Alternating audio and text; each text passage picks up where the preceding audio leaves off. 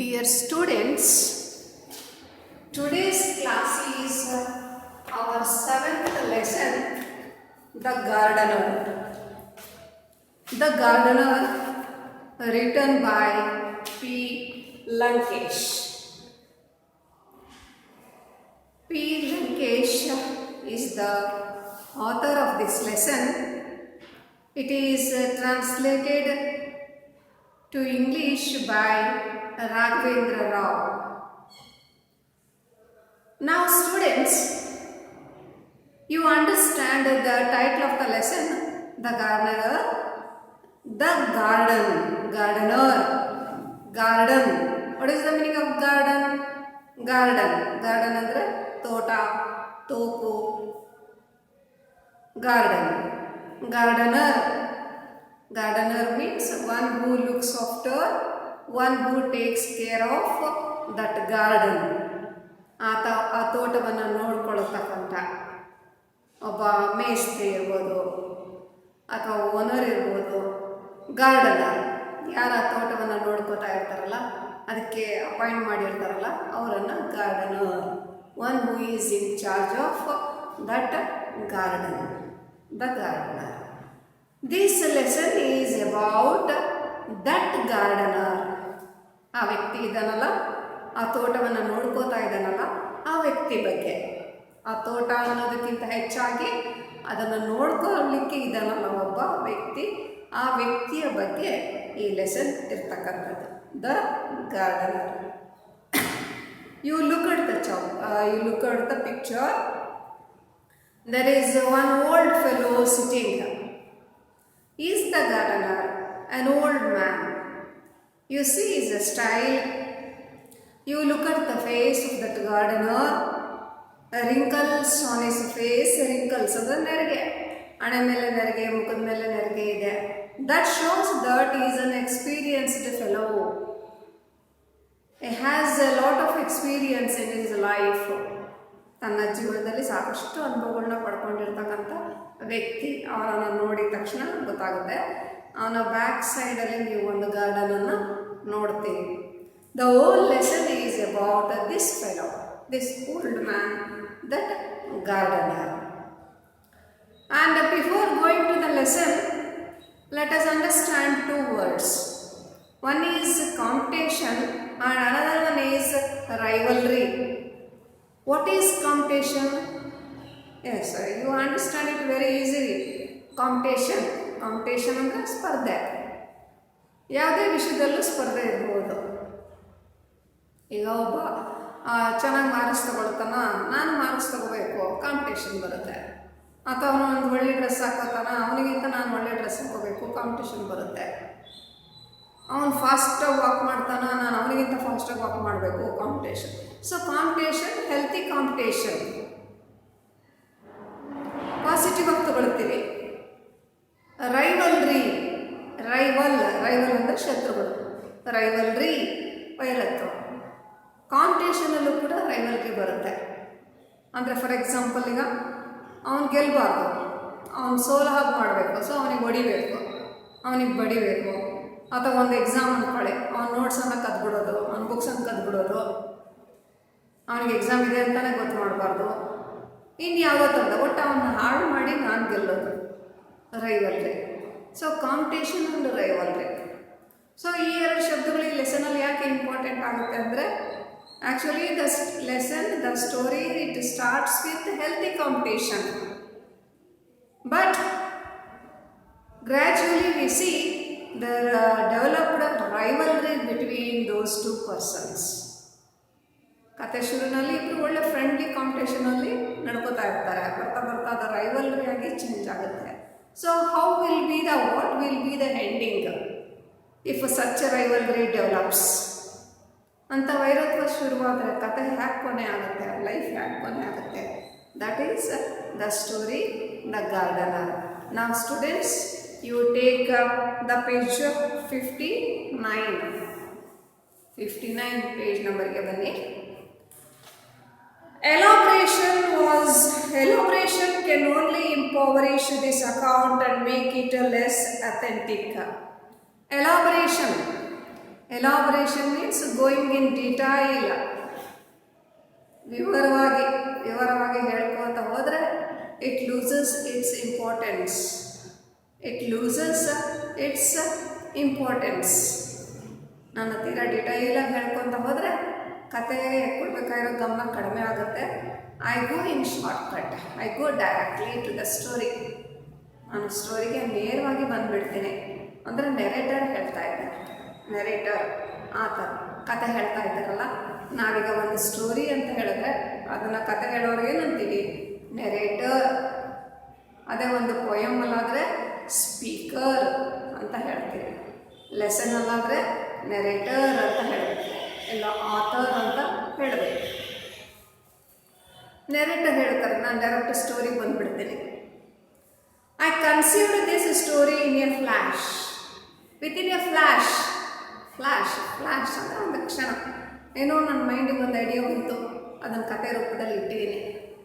ನಿಮಗೆ ಗೊತ್ತಿದೆ, ಈ ರೈಟರ್ಸ್ ಆಯಿತು, ಈ ಪೊಯೆಟ್ಸ್ ಆಯಿತು, ಯಾವುದೋ ಕ್ಷಣದಲ್ಲಿ ಅವ್ರದ್ದು ಏನೋ ಒಂದು ಇಮ್ಯಾಜಿನೇಷನ್ ಬರುತ್ತೆ, ಅದರ ಮೇಲೆ ಅವರ ಪೊಯಮ್ಸ್ ಸ್ಟೋರೀಸು ಡೆವಲಪ್ ಆಗುತ್ತೆ. It has its Genesis in my chance encounter with an old man. The idea came to my mind when I met an old man. That encounter. What is the meaning of encounter? Encounter, ಭೇಟಿ. ನನಗೆ ಒಬ್ಬ ಮುದುಕ ಭೇಟಿಯಾದ, ಒಬ್ಬ ಮುದುಕನ ನಾನು ಭೇಟಿ ಮಾಡಿದೆ. ಆವಾಗೇನೋ ನನಗೆ ಐಡಿಯಾ ಬಂತು. ಆ ಐಡಿಯಾದ ಮೇಲೆ ನಾನು ಈ ಸ್ಟೋರಿಯನ್ನು ಬರೆದಿದ್ದೀನಿ. He was standing in a coconut grove near Chandrayapatna. Here is one more question. Where did the narrator meet the old man? Where did the narrator meet the old man? In a coconut grove near Chandrayapatna. ಆ ವರ್ಡ್ಸನ್ನು ನೆನಪಿಟ್ಕೊಳ್ಳಿ. Coconut grove ಅಂದರೆ ತೋಪು ಅಂದ್ಕೊಳ್ಳಿ, ತೋಟ ಅಂದ್ಕೊಳ್ಳಿ, ತೆಂಗಿನ ತೋಟ. ಎಲ್ಲಿ? In Channarayapatna. One mark questions.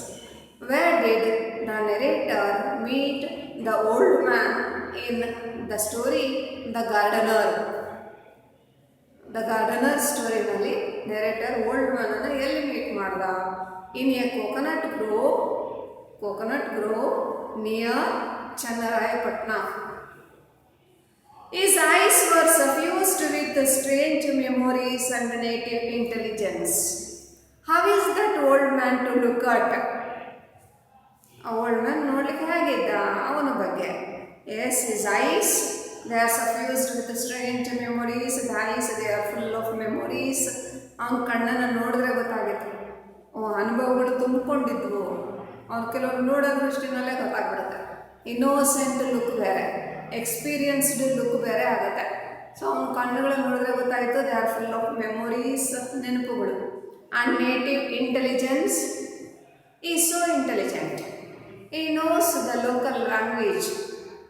ಅವನಿಗೆ ಅಲ್ಲಿಯ ಸ್ಥಳೀಯ ಅನುಭವ ಇತ್ತು, ಅಲ್ಲಿಯ ಜಾಣತನ ಇತ್ತು, ಅಲ್ಲಿ ಬದುಕು ಕಟ್ಕೋಬೇಕು ಅನ್ನೋದು ಗೊತ್ತಿತ್ತು. He stood there, a tall figure, hair gone grey, ಕೂದಲು grey, ಕೂದಲೆಲ್ಲ ಬೆಳಗಾಗಿದೆ. A long beak like a nose and strong muscular arms. A long beak, nose, ಮೂಗು, ಚೂಪಾಗಿ ಉದ್ದ ಮೂಗಿತ್ತು. ಮಸ್ಕ್ಯುಲರ್ ಆರ್ಮ್ಸ್, ಸ್ಟ್ರೆಂತ್ ಇನ್ ಆರ್ಮ್ಸ್, ತೋಳುಗಳಲ್ಲಿ ಒಳ್ಳೆ ಶಕ್ತಿ ಇದೆ, ನೋಡಿದ್ರೆ ಗೊತ್ತಾಗುತ್ತೆ. In one hand a spade used to tend coconut trees. In one hand he has a spade. Speed ಅಂದರೆ ನೀವು ಗುದ್ಲಿ ಅಥವಾ ಚಲಿಕೆ ಅಂದ್ಕೊಳ್ಳಿ. ಒಂದು ಕೈಯಲ್ಲಿ ಯಾವಾಗಲೂ ಚಲಿಕೆ ಅಥವಾ ಗುದ್ಲಿ ಹಿಡ್ಕೊಂಡು ಓಡಾಡ್ತಾ ಇದ್ದಾನೆ. ತೋಟ ಅಲ್ಲ, ಹಂಗಿನ ತೋಟ ಅಲ್ಲ. ಸೊ ಕೋಕೋನಟ್ ಅಲ್ಲಲ್ಲಿ ಅಗಿಯೋದು, ಕಟ್ ಮಾಡೋದು, ಅದು ಇದು ಹಿಡ್ಕೊಂಡು ಓಡಾಡ್ತಿದ್ದಾನೆ. A newspaper tucked under his arm. A news paper, daily newspaper ಅಂದರೆ ದಿನ ಬರ್ತಕ್ಕಂಥ ಪತ್ರಿಕೆ, ನ್ಯೂಸ್ ಪೇಪರ್ ಇರುತ್ತಲ್ಲ, ಅದನ್ನು ಹಿಂಗೆ ಸುಳ್ಳಿಸುತ್ತೆ, ಯಾವಾಗಲೂ ಹಿಂಗೆ ಕಾಕ್ಲು ಕೆಳಗೆ ಇಟ್ಕೊಂಡು ಓಡಾಡ್ತಾ ಇದ್ದಾನೆ. ಅಂದರೆ ಏನರ್ಥ? He use to read that news paper daily. Is uneducated person, he knows reading. ಅವನ್ನ ಒಬ್ಬ ಅನ್ಎಜುಕೇಟೆಡ್ ಅನ್ಕೋಬೇಡಿ, ತುಂಬ ಎಜುಕೇಟೆಡ್ ಇದ್ದಾನೆ, ನ್ಯೂಸ್ ಪೇಪರ್ ದಿನ ಓದ್ತಾ ಇದ್ದಾನೆ. ಸೊ ಅವನ ಕೈಯಲ್ಲಿ ನ್ಯೂಸ್ ಪೇಪರ್ ಇದೆ. He was a laborer. He is a laborer. Laborer ಅಂದರೆ ಕೂಲಿ. ಲೇಬರರ್ ಕೂಲಿ, ಅವನು ಕೂಲಿ ಕೆಲಸ ಮಾಡ್ತಾನೆ ಅಂದರೆ ಹೊಲದಲ್ಲಿ ಕೆಲಸ ಮಾಡ್ತಾನೆ. ಓವರ್ಸೀರ್ ಅಂದರೆ ಮೇಸ್ತ್ರಿ. ಈ looks after all the labourers, ಎಲ್ಲ ಕೂಲಿಯವರನ್ನ ಮೇಲ್ವಿಚಾರಣೆ ಮಾಡ್ತಾನೆ. And A philosopher he knows many things. He has experienced so many things. Philosopher ಅಂದರೆ ಒಬ್ಬ ತಿಳ್ಕೊಂಡಿರೋನು, ಸಿದ್ಧಾಂತ ಅಂತ ತಿಳ್ಕೊಂಡಿರೋನು, ಎಷ್ಟೋ ವಿಷಯಗಳನ್ನ ತಿಳ್ಕೊಂಡಿದ್ದಾರೆ, ಬುದ್ಧಿ ಹೇಳ್ತಾನೆ. All rolled into one. All these things are in one person. Yes, what is this old man? He is reading, he knows reading, he is a laborer, he is a philosopher, he is an overseer. Everything we see in this old man, that old man is so intelligent and so experienced. So ಇಲ್ಲಿ ಏನು ನೆರೇಟರ್ಗೆ old man ಸಿಗ್ತಾನಲ್ಲ, old ಮ್ಯಾನಲ್ಲಿ ಇಷ್ಟೆಲ್ಲ ಆಯ್ತು. ಅವನೇನೊಬ್ಬ ಮಾಮೂಲು ಮನುಷ್ಯ ಅಲ್ಲ, ತುಂಬ ಜಾಣ ಇದ್ದಾನೆ, ತುಂಬ ಅನುಭವಗಳಿದೆ. ಒಳ್ಳೆ ಕೂಲಿಯವೂ ಹೌದು, ಒಳ್ಳೆ ಮೇಸ್ತ್ರಿನೂ ಹೌದು, ಎಲ್ರಿಗೂ ಬುದ್ಧಿ ಹೇಳೋಂಥ ಮನುಷ್ಯ, ಓದ್ಲಿಕ್ಕೆ ಬರುತ್ತೆ. That kind of fellow is this old man. He came to this garden one day after walking hundreds of miles. So one day, after walking hundreds of miles, hello, ನೂರಾರು ಮೈಲ್ಗಳಿಂದ ನಡ್ಕೊಂಡು ಬಂದಿದ್ದಾನೆ ಅವನು old man. The old man is not of this place. ಈ ಊರಿನವನೆಲ್ಲ ಮುದ್ಕ, ಎಲ್ಲಿಂದನೋ ನೂರಾರು ಮೈಲಿ ನಡ್ಕೊಂಡು ಬಂದಿದ್ದಾನೆ. So this old man came to this farm, this coconut grove one day. After walking hundreds of miles, ನೂರಾರು ಮೈಲಿ ನಡ್ಕೊಂಡು ಅಂದರೆ ಅವನ ಊರು ಮೋಸ್ಟ್ಲಿ ಎಲ್ಲೋ ನೂರಾರು ಮೈಲಿ ದೂರದಲ್ಲಿದೆ. ಅಲ್ಲಿಂದ ನಡ್ಕೊತ ಬಂದಿದ್ದಾನೆ. ಸೊ ನಿಮ್ಗೆ ಇಲ್ಲಿ ಒಂದು ಸಸ್ಪೆನ್ಸ್, ಅವನ ಊರನ್ನು ಯಾಕೆ ಬಿಟ್ಟು ಬಂದ, ಅವನ ನೇಟಿವ್ ಪ್ಲೇಸ್, ಅವನ ಸ್ವಂತ ಊರನ್ನು ಯಾಕೆ ಬಿಟ್ಟು ಬಂದ ಅನ್ನೋದು ಸಸ್ಪೆನ್ಸ್ ಈ ಸ್ಟೋರಿನಲ್ಲಿ. The owner of this plantation needed a person exactly like him. So one day he comes to this garden unexpectedly. ಅನಿರೀಕ್ಷಿತವಾಗಿ ಈ ತೋಟಕ್ಕೆ ಬಂದ. ಈ ತೋಟದಲ್ಲಿ ನಿಂತ್ಕೊತಾನೆ. Actually the owner of this garden also has the necessity of such a person. Actual owner ಇದ್ದಾನಲ್ಲ, ಈ ತೋಟದ ಓನರ್ ಇದ್ದಾನಲ್ಲ, ಅವನಿಗೂ ಇಂಥ ಒಬ್ಬ ವ್ಯಕ್ತಿ ಬೇಕಿತ್ತು. ತನ್ನ ತೋಟ ನೋಡ್ಕೊಳ್ಳಿಕ್ಕೆ ಒಂದು ಆಳನ್ನು ಹುಡುಕ್ತಾ ಇದ್ದ.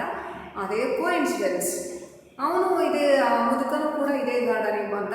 ಈ ಓನರು ಅದೇ ಥರದ ವ್ಯಕ್ತಿ ಬೇಕಿತ್ತು. A few words var exchanged. Only just A few talk between owner and that old person. ಇಬ್ಬರು ಮಾತಾಡ್ಕೊಂಡ್ರು. ಓಲ್ಡ್ ಮ್ಯಾನ್ ಕೇಳ್ದ, ಸ್ವಾಮಿ ನನಗೆ ಸ್ವಲ್ಪ ಕೆಲಸ ಬೇಕಿತ್ತು, ಕೆಲಸ ಕೊಟ್ಟರೆ ಮಾಡ್ತೀನಿ. Owner agreed, yes I want a person like you. ನಿನ್ನಂತ ನನಗೆ ವ್ಯಕ್ತಿ ಬೇಕಿತ್ತು. ಅಗ್ರಿಮೆಂಟ್, ಇಬ್ಬರಲ್ಲೂ ಒಪ್ಪಂದ ಆಯಿತು. The old man stayed on. The old man stayed in the garden. Stay ಅಂದರೆ ಉಳ್ಕೊಳ್ಳೋದು. ಸರಿ, ಓಲ್ಡ್ ಮ್ಯಾನ್ ಆ ಗಾರ್ಡನಲ್ಲಿ ಉಳ್ಕೊಂಡ. He was really useful. ಈ ಪ್ಯಾರಾಗ್ರಾಫ್ ಇಂಪಾರ್ಟೆಂಟ್, ನಿಮಗೆ 4 ಮಾರ್ಕ್ಸ್ ಕ್ವೆಶನ್ಗೆ ಬೇಕಾಗುತ್ತೆ. What were the changes in the garden after the arrival of the old man? ಆ ಓಲ್ಡ್ ಮ್ಯಾನ್ ಬಂದಮೇಲೆ ಆ ಗಾರ್ಡನಲ್ಲಿ ಏನೆಲ್ಲ ಚೇಂಜಸ್ ಆಯಿತು ಅನ್ನಲಿಕ್ಕೆ ಈ ಪ್ಯಾರಾಗ್ರಾಫನ್ನು ಕಲ್ತ್ಕೋಬೇಕು. ನಾವು ಪಾಯಿಂಟ್ ಬೈ ಹೇಳ್ತಾ ಹೋಗ್ತೀವಿ, ನೀವು ಆ ಥರ ಪ್ರಾಕ್ಟೀಸ್ ಮಾಡಿ. He was really useful. The old man was really useful. Old man ತುಂಬ ಉಪಯೋಗಕ್ಕೆ ಬಂದ. He was well versed in agriculture. First point, he was well versed in agriculture. He knows agriculture very well. ವ್ಯವಸಾಯದಲ್ಲಿ ಬಹಳ ಅವನ್ನ ನುರಿತಿದ್ದ. And could understand the problems of workers. He can understand easily the problems of the workers, ಕೂಲಿಯವರು, ಅಲ್ಲಿ ಕೆಲಸ ಮಾಡೋರು ಇದ್ದಾರಲ್ಲ, ಅವರ ಪ್ರಾಬ್ಲಮ್ಸನ್ನು ಚೆನ್ನಾಗಿ ತಿಳ್ಕೊಂಡಿದ್ದ. The petty thefts in the garden came to an end. Petty theft, petty means small, theft ಅಂದರೆ ಕಳ್ಳತನ, ಸಣ್ಣ ಪುಟ್ಟ ಕಳ್ಳತನಗಳು ನಿಂತು ಹೋಗ್ಬಿಟ್ವು. ಈಗ ಗಾರ್ಡನ್ ನೋಡ್ಲಿಕ್ಕೆ ಯಾರು ಇಲ್ಲ, ಓನರ್ ಅಲ್ಲೆಲ್ಲೂ ಇಲ್ಲ ಅಂತ ಹೇಳಿದ್ರೆ ಕಾಯಿ ಕರೀತಾರೆ, ಹೊತ್ಕೊಂಡು ಹೋಗ್ತಾರೆ, ಸಣ್ಣ ಪುಟ್ಟ ಕಳ್ತನಗಳು. ಬಟ್ ದ ಓಲ್ಡ್ ಮ್ಯಾನ್ ಈ ಸ್ಟೇಡ್ ಇನ್ ದ ಗಾರ್ಡನ್. ಆ ಮುದ್ಕ ಬಂದ ಆ ತೋಟದಲ್ಲಿ ಉಳ್ಕೊಂಬಿಟ್ಟ. So naturally what happens, the small theft they stopped. The income from the garden improved dramatically. Naturally what happens, the income increases. ಆದಾಯ ಜಾಸ್ತಿ ಆಗ್ತದೆ, ಇನ್ಕಮ್ ಜಾಸ್ತಿ ಆಗ್ತಾ ಇದೆ. ಯಾಕೆ ಹೇಳಿ, ಕಳ್ತನಗಳ ನಿಂತು ಇವನು ಕಾಯಿಲ್ಲ, ಇವನೇ ಆರಿಸಿ ಕೂಡ ಆಗ್ತಾ ಇದ್ದ, ಯಾರು ತೋಟದೊಳಗೆ ಬರ್ದಂಗೆ ನೋಡ್ಕೋತಾ ಇದ್ದ. ಸೊ ನ್ಯಾಚುರಲ್ ಆಗಿ ಏನಾಯಿತು, ಆ ತೋಟದ ಆದಾಯ ಜಾಸ್ತಿ ಆಯಿತು. The income from the garden increased ಡ್ರಾಮ್ಯಾಟಿಕಲಿ. There was a perceptible change in the lifestyle of the owner. Perceptible ಅಂದರೆ ವಿಷನ್ ಅಂತ, ನೋಡಲಿಕ್ಕೆ, ನೋಡೋದ ದೃಷ್ಟಿನಲ್ಲಿ ಹೊರನೋಟಕ್ಕೆ ಏನಾಯಿತು, the life style of the owner changed A lot.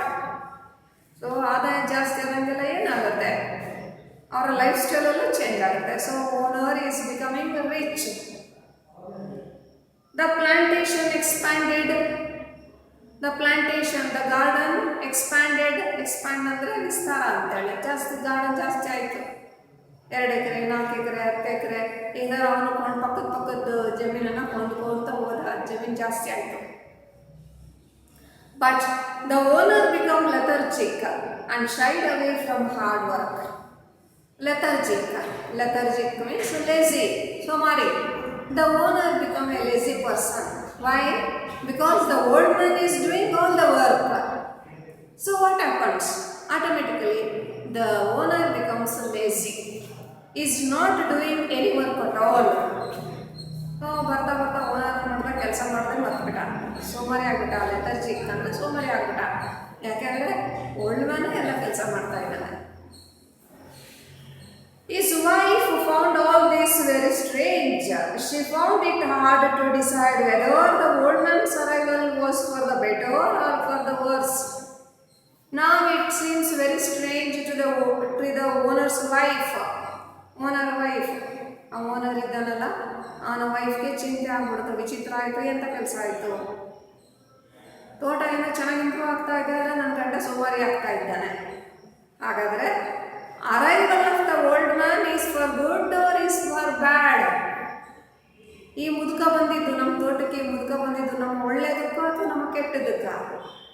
ನಮ್ಮ ಒಳ್ಳೆಯದಕ್ಕೆ, ಯಾಕಂದರೆ ನಮ್ಗೆ ಲಾಭ ಆಗ್ತಾ ಇದೆ, ಚೆನ್ನಾಗಿ ಮಾಡ್ಕೋತಾ ಇದ್ದಾರೆ ತೋಟ. ಕೆಟ್ಟದಕ್ಕೆ ಯಾಕೆ ಅಂದರೆ the owner is becoming lazy. Our husband's wealth and social prestige had risen higher. Social prestige ಅಂದ್ರೆ ಏನು? ಸಮಾಜದಲ್ಲಿ ಅವನ ಅಂತಸ್ತು ಜಾಸ್ತಿ ಆಗ್ತಾ ಇದೆ. Is becoming so rich. All the people they like her because he has getting many money. ದುಡ್ಡಿದೆ ಅವನ ಹತ್ರ. He acquired a number of friends in the next town and an equal number in his own village. Now a lot of new friends in the town and also in the village. ಅವನಿಗೆ ಸಾಕಷ್ಟು ಹೊಸ friends ಸಿಕ್ಕರು ಪಕ್ಕದ ಊರಲ್ಲಿ. Town in the next town, ಅಲ್ಲಿ ಜೊತೆ ಆದರೂ ಟೌನಲ್ಲಿ ತಿರುಗಾಡ್ಲಿಕ್ಕೆ ಹೋದ ಜನ ಸಿಕ್ಕರು. ಇನ್ the village also he has number of friends. Even though he had precious little to do, his life became crowded with colorful events. Actually, he has a lot of work to do, but his life is full of colorful ceremonies, colorful events. ಅವ್ನು ಮಾಡ್ಲಿಕ್ಕೆ ಬೇಕಾದಷ್ಟು ಕೆಲಸ ಇದೆ, but ಅವನ ಲೈಫಲ್ಲಿ ನಾವು ಬರೀ colourful ಅಂದರೆ ಬಣ್ಣದೇನೋ ಜಾತ್ರೆ ಮಾಡೋದು, ಹಬ್ಬಗಳು ಮಾಡೋದು, ಏನೋ ಪಾರ್ಟಿಗಳು ಮಾಡೋದು, ಫಂಕ್ಷನ್ ಮಾಡೋದು. His life is full of such celebrations. She became apprehensive about his adultery and umpteen other vices cultivated lately thanks to his newly acquired clout. His wife, she is expecting about his adultery ಅಂದರೆ ಬೇರೆ ಹೆಣ್ಣಿನ ಸಹವಾಸ ಮಾಡೋದು. ಅವಳಿಗೆ ಅನುಮಾನ ಆಗ್ಬಿಡ್ತು, ನನ್ನ ಗಂಡ ಬೇರೆ ಹೆಣ್ಣಿನ ಸಹವಾಸದಲ್ಲಿ ಬಿದ್ದಿದ್ದಾನೆ. ಆ್ಯಂಡ್ ಅದರ್ ವೈಸಸ್ ಅಂದರೆ ಕೆಟ್ಟ ಗುಣಗಳು ಅಂತ. ವರ್ಚ್ಯೂ ಅಂದರೆ ಒಳ್ಳೆಯ ಗುಣಗಳು ಅಂತ. ವೈಸ್ ಅಂದರೆ ಕೆಟ್ಟ ಗುಣಗಳು ಅಂತ. ನನ್ನ ಗಂಡನಿಗೆ ಏನೇನೋ ಕೆಟ್ಟ ಅಭ್ಯಾಸಗಳಾಗ್ತಾ ಇದೆ, ಯಾವುದೋ ಬೇರೆ ಹೆಣ್ಣಿನ ಸಹವಾಸ ಮಾಡ್ತಾ ಇದ್ದಾನೆ. ಸೊ ಅವಳಿಗೆ ಪೂರ್ತಿ ಚಿಂತೆ ಆಗ್ಬಿಡ್ತು, ಏನು ಮಾಡೋದು, ಓಲ್ಡ್ ಮ್ಯಾನನ್ನು ಓಡಿಸಿದ್ರೆ ತೋಟ ಮಾಡ್ಕೊಳ್ಳೋರಿಲ್ಲ. ಹಾಗಂತ ನನ್ನ ಗಂಡ ತುಂಬ ಲೇಜಿ ಆಗಿದ್ದಾನೆ. Their farm which was merely 10 acres had grown beyond their imagination. In the beginning it was only 10 acres. Now it increased so much beyond their imagination. Starting ಅಲ್ಲಿ ಎಷ್ಟಿತ್ತು ಅದು? ಓನ್ಲಿ 10 acres, 10 ಎಕರೆ ಇತ್ತಷ್ಟೇ ಜಮೀನು. ಈಗ ಸಾಕಷ್ಟು ಹೆಚ್ಚಾಗಿದೆ. That was fine, but their life also was gradually getting out of hand. But that's good. The land is increased, but owner has changed a lot. ಜಮೀನೇನೋ ಜಾಸ್ತಿ ಆಗೋಗಿದೆ, ಆದರೆ ಆ ಓನರ್ ಸ್ವಭಾವ ಸಿಕ್ಕಾಬಟ್ಟೆ ಬದಲಾಗೋಗ್ಬಿಡ್ತು. ಸೊ ನೀವು ಈ ಪ್ಯಾರಾಗ್ರಾಫ್ ಬಗ್ಗೆ ಗಮನ ಕೊಡಿ. One is the old man had come to this farm after walking hundreds of miles. The owner also wanted a person like this. The only an agreement between old man and the owner. The owner stayed in the garden, and that old man is well versed in agriculture. Small thefts stopped, and he understood the laborers very well. Income from the garden also increased, but the owner became very lazy. The land expanded very much. It was just only 10 acres, but increased a lot. The owner became lethargic, and he spent the time in celebrating colorful events and also developed bad habits. So the woman, she was in a fix that what to do, whether the arrival of the old man is good or for the worst. So ಈ points ಎಲ್ಲ ಸೇರಿಸ್ಕೊಳ್ಳಿ. ಇದು ನಿಮಗೆ 4 marks question ಬರುತ್ತೆ. When she was in a fix like this, one day the old man met her and behaved as though he knew all about her plight. One day the old man is in the coconut grove. ಒಂದಿನ ಸಾಯಂಕಾಲ ಈತ ಮುದುಕ ಗಾರ್ಡನಲ್ಲಿದ್ದಾನೆ, ತೋಟದಲ್ಲಿದ್ದಾನೆ. ಆ ತೋಟಕ್ಕೆ ಆ owner ಹೆಂಡತಿ ಬರ್ತಾಳೆ. She is in a fix phrase. 1 mark questions ಬರುತ್ತೆ. ಇನ್ ಎ ಫಿಕ್ಸ್ ಅಂದರೆ ಏನೋ ಒಂದು ಗೊಂದಲದಲ್ಲಿದ್ದಾಳೆ. ವಾಟ್ ಟು ಡು ಅಂತೇಳಿ ಅದು ತೋಟಕ್ಕೆ ಬರ್ತಾಳಕ್ಕೆ. ಆ್ಯಂಡ್ ದಿಸ್ ಓಲ್ಡ್ ಮ್ಯಾನ್ ಈ understands what is going in the mind of that owners wife. ಆಕೆ ತಲೆನಲ್ಲಿ ಏನು ನಡೀತಾ ಇದೆ ಇವನಿಗೆ ಅರ್ಥ ಆಯಿತು. He smiled at her and brought down an offering of tender coconuts from nearby tree. The old man smiled at her and brought a tender coconut. ಏನು tender coconut ಅಂದರೆ ಎಳ್ನೀರು.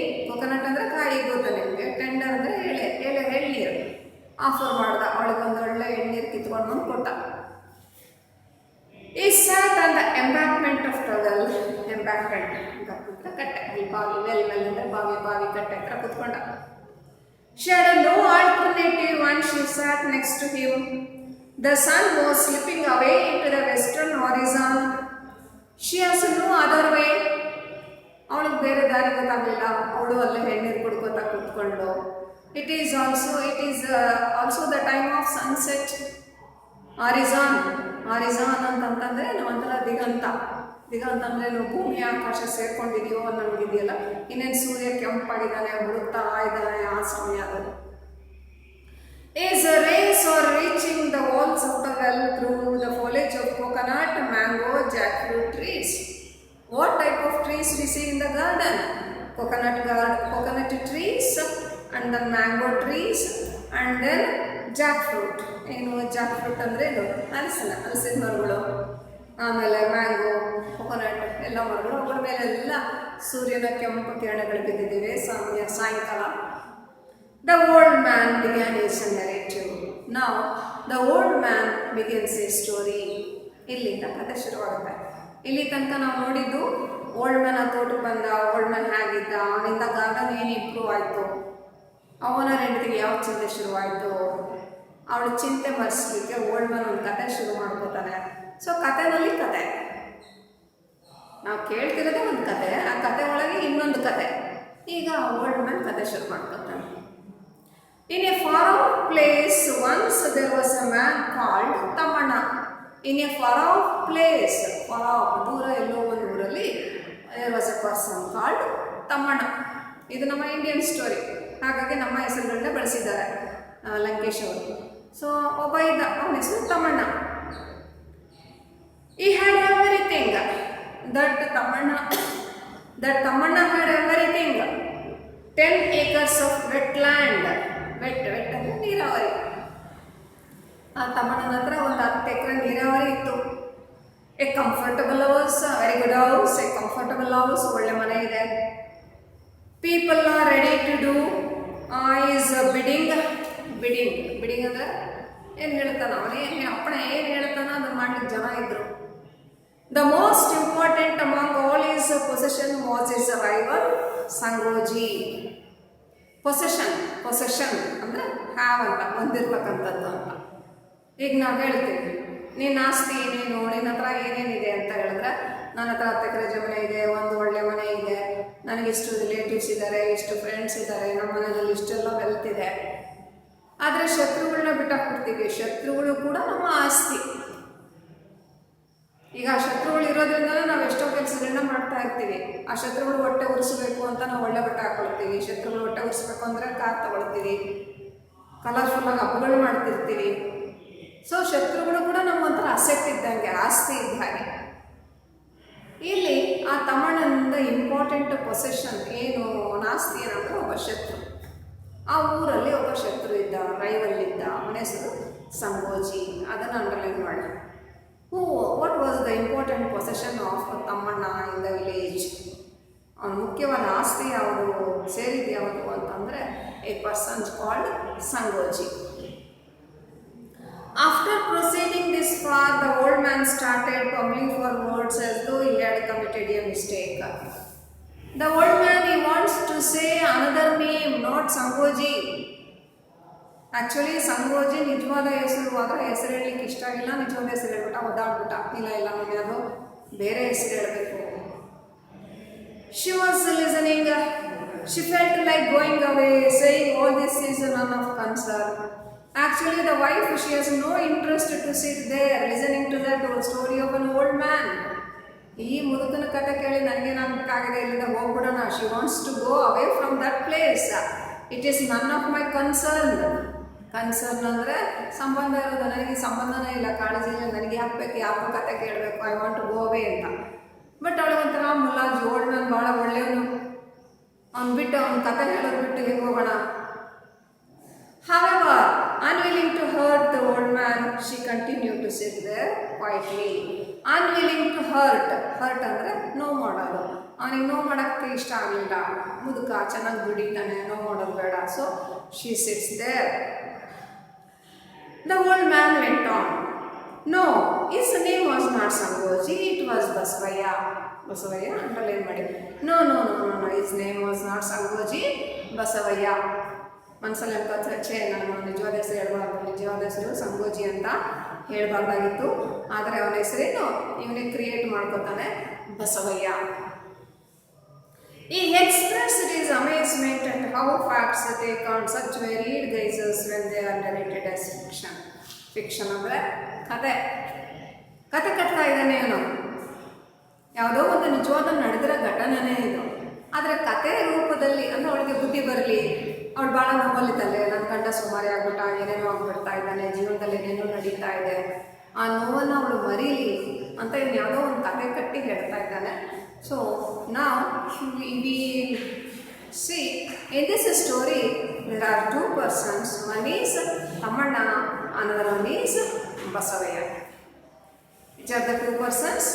One is Tamanna, another one is Basavaya. Who is the rival of Tamanna? Answer is Basavaya. Who is the rival of Basavaya? Answer is Tamanna. Students ಕಥೆನ ಇಲ್ಲಿಗೆ ನಿಲ್ಲಿಸಿ next ಕ್ಲಾಸಲ್ಲಿ ಮುಂದುವರ್ಸೋಣ. ನಾನು ನಿಮ್ಗೆ ಆ ಪ್ಯಾರಾಗ್ರಾಫ್ ಹೇಳಿದ್ನಲ್ಲ, ಡಿಟ್ಟು ಆ ಪ್ಯಾರಾಗ್ರಾಫನ್ನು ಒಂದು ಪೇಜಲ್ಲಿ ಬರ್ಕೊಳ್ಳಿ, ಅದನ್ನು ಪ್ರಾಕ್ಟೀಸ್ ಮಾಡಿ. ಅದಕ್ಕೆ ಕ್ವೆಶನ್ ಏನು ಅಂತಂದರೆ, what were the changes in the garden after the arrival of the old man? ನಿಮ್ಮ ಟೆಕ್ಸ್ಟ್ ಬುಕ್ಕಲ್ಲಿ ಸೆಕೆಂಡ್ ಲೈನಲ್ಲಿ ಮೊದಲನೇ ಕ್ವೆಶನ್ ಅದಿದೆ. ಆ ಕ್ವೆಶನ್ ಬರ್ಕೊಂಡು ಅದು ಆನ್ಸರ್ ಬರ್ಕೊಂಡು ಪ್ರಾಕ್ಟೀಸ್ ಮಾಡಿ. ಸೊ ಇಲ್ಲಿ 1 ಮಾರ್ಕ್ ಕ್ವಶನ್ಸ್ ಯಾವ್ಯಾವುದು ಅಂತ ಹೇಳಿದ್ರೆ, where did the narrator meet the old man first time? First time ಎಲ್ಲಿ ಮೀಟ್ ಮಾಡ್ದ? In a coconut grove near Chandrayapatna. ಆಮೇಲೆ how much land had the owner in the beginning? 10 acres of land. Owner ಬಿಗಿನಿಂಗಲ್ಲಿ ಎಷ್ಟಿತ್ತು? 10 acres of land. What did the old man offer to the owner's wife in the garden? ಗಾರ್ಡನಿಗೆ ಬಂದಾಗ owner wife ಏನು offer ಮಾಡ್ದ? A tender coconut. Thammanna in the beginning of the story how much land had Thammanna in the beginning of the story? ಕಥೆ ಶುರುವಿನಲ್ಲಿ ತಮ್ಮಣ್ಣನ ಹತ್ರ ಎಷ್ಟಿತ್ತು? 10 acres of wet land. Who was the rival of Thammanna? Important possession of Thammanna. Answer is Basavaiah. ಇಷ್ಟು ಕ್ವಶನ್ಸನ್ನು ನೀವು practice ಮಾಡಿ. Thank you student.